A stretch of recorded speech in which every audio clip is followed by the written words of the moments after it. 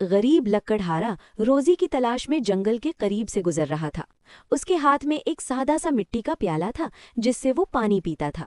रास्ते में अचानक उसका प्याला एक गहरे कुएं में गिर गया। वो परेशान होकर कुएं में झांकने लगा। अचानक अंदर से एक पुरस्रार आवाज आई, क्या तुम्हें अपना प्याला चाहिए? लकड़हारे ने फौरन कहा, जी हाँ। थोड़ी देर बाद कुएं से एक सोने का प्याला ऊपर आया। लकड़हारे ने उसे देखा और कहा, नहीं, ये मेरा नहीं है। फिर एक चांदी का प्याला नमूदार हुआ। उसने फिर कहा, ये भी मेरा नहीं है।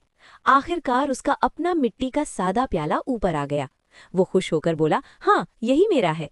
तब वही आवाज दोबारा आई, हमने तुम्हारा इम्तिहान लिया था और तुम इसमें कामयाब हो गए हो।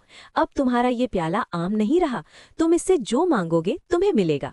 लकड़हारा अपनी ईमानदारी की वजह से अमीर हो गया और गरीबों में रोज खाना बांटने लगा। सबक: ईमानदारी का फल हमेशा मीठा होता है, चाहे देर से ही क्यों ना मिले।